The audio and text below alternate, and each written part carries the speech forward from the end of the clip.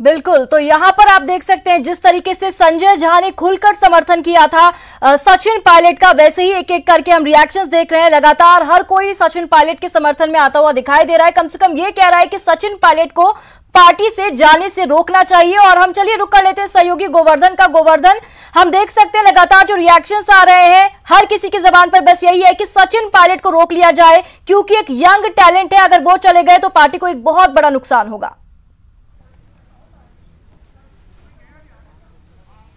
बिल्कुल, देखिए ये सिलसिला कल से जारी है। हर जो कल कपिल सिब्बल ने इसकी शुरुआत की थी कि सचिन पायलट को पार्टी में के बाहर जाने से रोका जाए।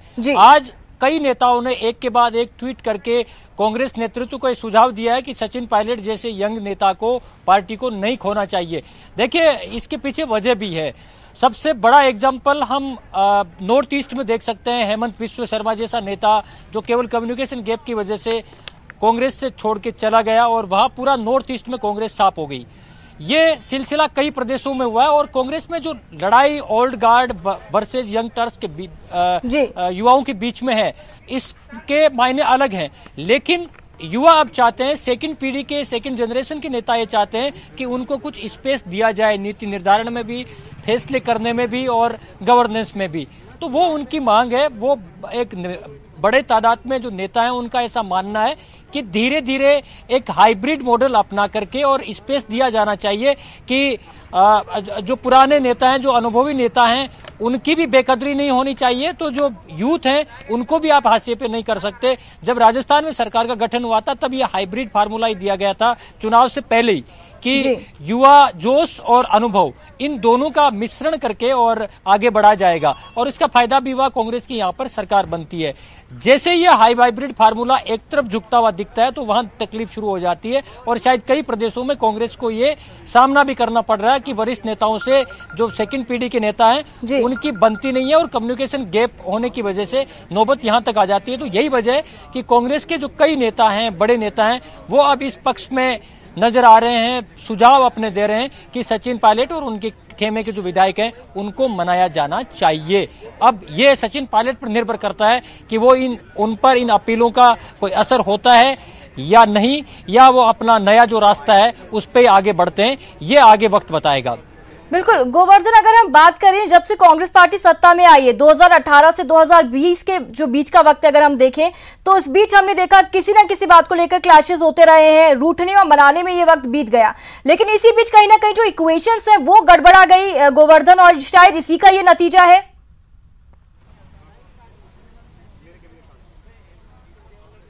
हाँ बिल्कुल, देखिए इस तरह की जब घटनाएं होती हैं पार्टी के भीतर, कांग्रेस में गुटबाजी कोई नई बात नहीं है, लेकिन ये जो गुटबाजी है वो इस स्तर तक कभी नहीं आई कि पार्टी छोड़ करके चले जाए। सचिन पायलट के एपिसोड से कांग्रेस के नेता राष्ट्रीय स्तर पर भी हिले हुए इसलिए हैं क्योंकि ये मेरी जानकारी में हाल के वर्षों में ये पहला मौका है जब किसी पार्टी का प्रदेशाध्यक्ष पार्टी छोड़ के चला जाए और अपनी सरकार में बगावत कर दे। ये बहुत कम देखने को मिलता है। तो ये सबसे ज्यादा तकलीफ कांग्रेस के नेताओं को इसलिए हो रही है कि इस तरह की जो चीज अगर हो गई तो पार्टी को राष्ट्रीय स्तर पर काफी कुछ दिक्कतों का सामना भी करना पड़ेगा, क्योंकि बीजेपी और बाकी जो विपक्षी दल है उनको पार्टी को घेरने का मौका मिल जाएगा। क्योंकि ये आरोप अपने आप में बहुत बड़ा होता है जब कोई युवा नेता पार्टी छोड़ दे और उसको स्पेस नहीं देने की अगर बात सामने आए तो कांग्रेस ये नहीं चाहेगी कि उसके ऊपर यह आरोप लगे।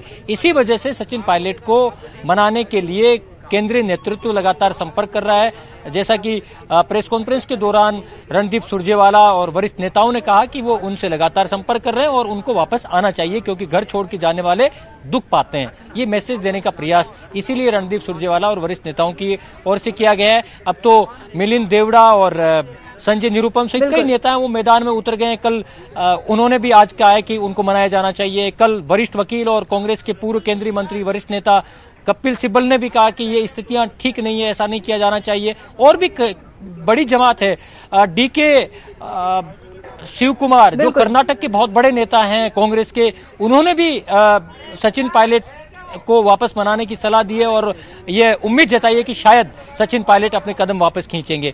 तो बिल्कुल गोवर्धन, आप ठीक कह रहे हैं कि जो कांग्रेस के बुद्धिजीवी हैं तमाम, वो तो यही कह रहे हैं कि सचिन पायलट को नहीं जाना चाहिए।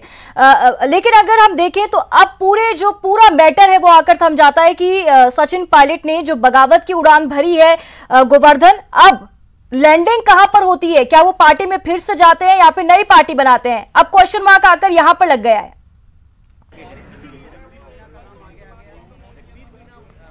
बिल्कुल, देखिए अब ये तो सचिन पायलट पर निर्भर करता है कि वो आगे क्या फैसला करते हैं। मनाने की कवायद भी लगातार चल रही है। केंद्र ने डैमेज कंट्रोल के लिए जो केंद्रीय नेतृत्व है उसने यहाँ पर नेताओं को यहाँ भेजा है। खुद संगठन महासचिव वेणुगोपाल जो राज्यसभा सांसद राजस्थान से ही बने हैं, वो भी यहाँ पर आज से कैंप कर गए हैं। वो भी यहाँ विधायकों की बैठक ले रहे हैं, विधायक दल की बैठक में वो मौजूद हैं।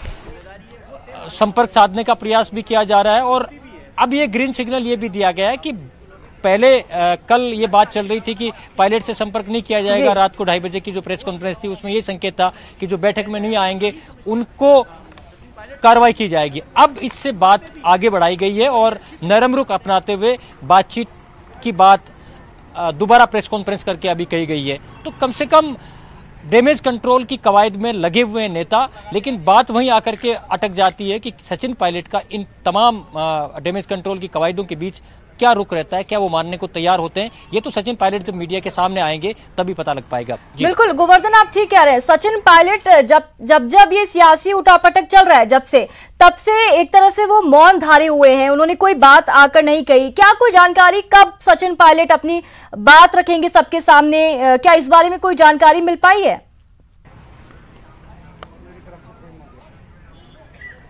नहीं, देखिए अभी सचिन पायलट ने पिछले सप्ताह भर से इसको लेकर के न कोई बयान जारी किया है, न कोई ट्वीट किया है, न सोशल मीडिया के और किसी प्लेटफॉर्म पे उन्होंने कुछ कहा है, न मीडिया के सामने आए। अब सब पूरे मीडिया को भी यही इंतजार है कि कब सचिन पायलट सार्वजनिक तौर से सामने आकर के अपना रुख स्पष्ट करते हैं, क्योंकि कई तरह के कयास लगाए जा रहे हैं। पहले ये कयास लगाए गए थे कि वो बीजेपी ज्वाइन करेंगे, पहले उनकी बीजेपी के केंद्रीय नेताओं से मुलाकात के कयास लगाए जा रहे थे, लेकिन बाद में ये थ्योरी आई कि उनके समर्थक विधायक हैं वो बीजेपी ज्वाइन नहीं करना चाहते। कई विधायकों ने तो खुल करके हमें भी कह दिया कि अगर सचिन पायलट बीजेपी की तरफ जाते हैं तो वो उनके साथ नहीं जा सकते, क्योंकि बहुत सारे उनके समर्थक विधायकों को बीजेपी ज्वाइन करने में तकलीफ है। इसलिए अब कहा जा रहा है कि सचिन पायलट अपना नई पार्टी रजिस्टर्ड करवा सकते हैं और नई पार्टी का जल्द ऐलान कर सकते हैं। ऐसी सूरत में वो अपने समर्थक विधायकों को जोड़ के उन विधायकों को रख सकते हैं जिनको बीजेपी ज्वाइन करने पे तकलीफ है। लेकिन अभी ये सब चीजें कयासों पे आधारित है। जब तक सचिन पायलट खुद सामने आकर की स्थिति बिल्कुल ये कयास भरे गोवर्धन, आप ठीक कह रहे हैं। लेकिन गोवर्धन, ये बात जरूर साफ हो गई है कि मुख्यमंत्री अशोक गहलोत जो है जब संकट आया है वो खुद इतने सक्षम है कि अपनी पार्टी को उबार लेते हैं और जीतकर एक योद्धा के तौर पर सामने आते हैं। और इस पूरे रण में भी ऐसा ही देखने को मिला है। मुख्यमंत्री अशोक गहलोत ने एक बार फिर सरकार को गिरने से बचा लिया है, क्योंकि पूरा का पूरा जो एक कह सकते हैं बहुमत का जो आंकड़ा है उनके पास है।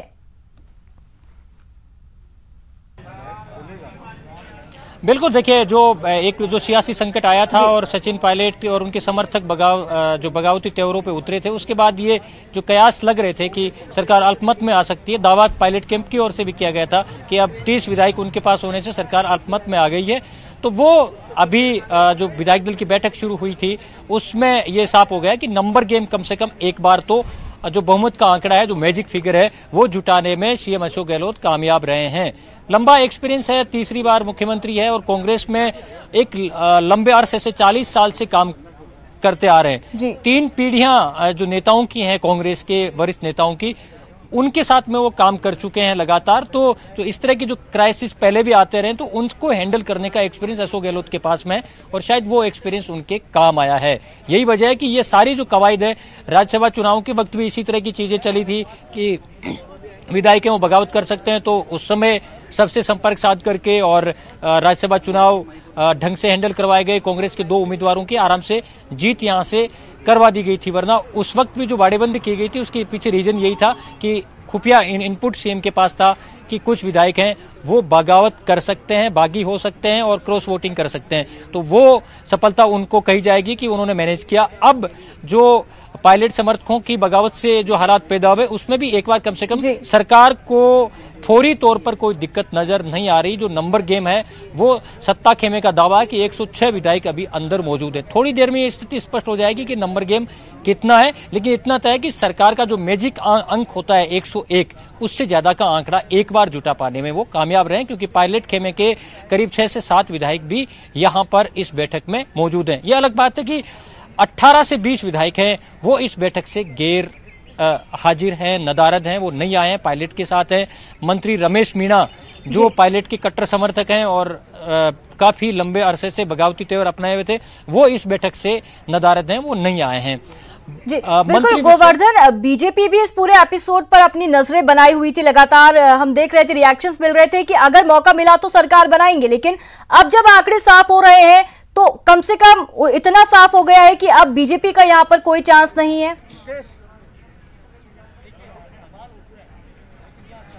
देखिए, बीजेपी तब तक इस पूरे गेम को दूर से बैठ करके वेट एंड वॉच वाली स्थिति में रहेगी जब तक कि नंबर गेम है वो 40 से 50 विधायक सचिन पायलट का खेमा तोड़ न लें। तब तक बीजेपी इसको कांग्रेस का अंदरूनी संकट बता करके ही एक टेस्टिंग मोड में रहेगी।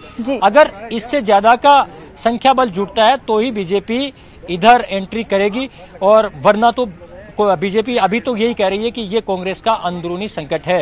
हालांकि ये राजनीति में कई बार जो दावे किए जाते हैं उनकी बहुत बारीकी से उनका सत्यापन किया जाना बहुत जरूरी होता है, क्योंकि आमतौर पर खुले में हर कोई यही कहता है कि हमारा कोई योगदान नहीं है, लेकिन हिडन राजनीति कुछ और ही चल रही होती है। क्योंकि बीजेपी नेताओं के जिस तरह के बयान आए हैं उससे ये तो साफ है कि बीजेपी बिल्कुल इस मौके को जाने तो नहीं देना चाहती। लेकिन एक बड़ा कारण यही है कि बहुत से जो पायलट समर्थक विधायक हैं वो सीधे बीजेपी में जाने के खिलाफ हैं। तो पायलट अगर नई पार्टी बना करके और एनडीए के घटक दल के तौर पर उनको समर्थन देते हैं तो एक अलग बात होती है। बाकी जो सीधे तौर पर बीजेपी ज्वाइन करने की जो बात है उसमें ये सबसे बड़े अड़चन है कि उनके जो समर्थक विधायक हैं वो फिर टूटते हैं। बिल्कुल गोवर्धन, ये महत्वपूर्ण जानकारी आप दे रहे थे। तो यहाँ पर आपको बता दें, अब कांग्रेस आलाकमान की तरफ से पायलट और गहलोत दोनों से बातचीत चल रही है और सत्ता और संगठन में तालमेल बिठाने की कोशिश इस दौरान की जा रही है। आपका बहुत बहुत शुक्रिया गोवर्धन हमारे साथ जुड़ने के लिए।